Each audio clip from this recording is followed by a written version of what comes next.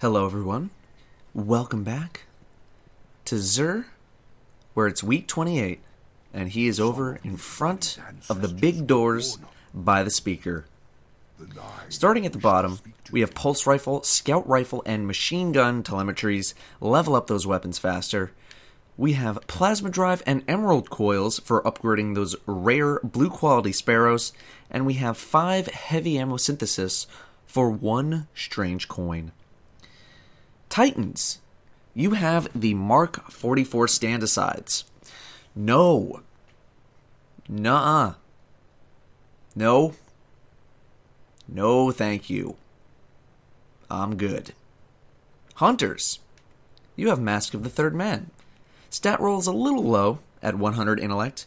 Bonuses are pretty good. This is probably the best Blade Dancer Hunter exotic, or is at the very least the most commonly used. Less energy on your arc blade is really, really good. Nothing not to like about it. The other bonuses aren't terrible. Increased melee attack speed is great. Health replenishment when picking up an orb is alright, but very good for Crota. While the stat roll is a little bit low, I still absolutely recommend picking this thing up if you are a frequent user of Blade Dancer. Warlocks, you get Apotheosis Veil, stat roll at a pretty good 114 discipline. This is the Crota Helm if you're having trouble staying alive. 2 of the 3 bonuses are devoted to health regen. Outside of Crota, I don't really see this get much use. Regenerating your health on super use is not a very flashy bonus. Might have its moments in general gameplay where you could pop your super if you're running into trouble, but I think there are definitely better options out there that have more of a benefit for both PvE and PvP. Melee hits replenishing grenade energy is a decent bonus, but they're definitely better out there. I'll recommend it for those struggling to stay alive on Crota, but I personally can't recommend it for much else. Maybe the comments can convince you otherwise, but I cannot strongly recommend this. The weapon of the week is Hardlight. Hardlight never being sold before by Zur, however that does not mean you need to go rush out and buy it. There's a reason you don't see this thing being used in PvE or PvP that much or at all, and this is because it is a bullet hose-esque auto rifle, which, as we all know, are not very good, and were technically nerfed recently due to the overall auto rifle nerf. The main bonus gives your bullets over penetration and ricochet, which sounds cool, but is not as good as it sounds. Glass half full is a good bonus, but that does not really make up for it. On the weapon itself, Field Scout gives your magazine 16 extra rounds, bringing it up from 40 to 56, and its PvP damage, I believe, is 16 to the body and 20 to the head per shot.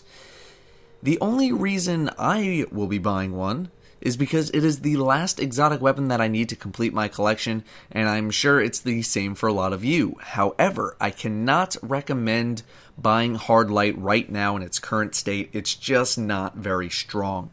The only reason I'd say you should buy it is just in case Bungie decides to buff it and it ends up being super good, but we don't know when or if that will ever happen. Helm. Engram on sale. Notable helms that you might be wanting for your collection are Obsidian Mind, Helm of Saint 14, and the Symbiote for Hunters. Moving to upgrades, armor upgrades, Hunters, we have the Blade Dancer Special with Mask of the Third Man and Lucky Raspberry available. Mask of the Third Man with an average 104 stat roll and Raspberry with a slightly above average 140 roll. Priority goes to whatever you use more. I would imagine Mask of the Third Man gets a little bit more use than Lucky Raspberry. Titans, we have Skullfort and Crest of Alpha Lupi. Skull with a low 98 roll, and Crest with a very high 162 roll. Priority is going to go to Crest, unless you really, really need help staying alive on Crota, in which case you should go Skullfort. Warlocks get Skull of Daira Hemkara and Heart of the Praxic Fire, Skull with a smidge below average 102 stat roll, and Praxic with a below average 122 roll. Priority goes to whatever you use more. They're both pretty good, maybe giving a slight edge to Praxic Fire, but I guess it really depends on what subclass you use more. Weapon upgrades, we have Hard Light, Red Death, Invective, Patience in Time, Yallarhorn, Truth, and Hawkmoon for those of you on PlayStation. Good upgrades available. Hawkmoon, Yallarhorn, and even Red Death, I would say, are among the top tier. Patience in Time and Truth, not too far away. Invective, also not too far away. And then at the very bottom, we have Hard Light. That is going to do it for your Xur recommendations. That is Xur Week 28. Thank you all very much for watching, and I will see you next time.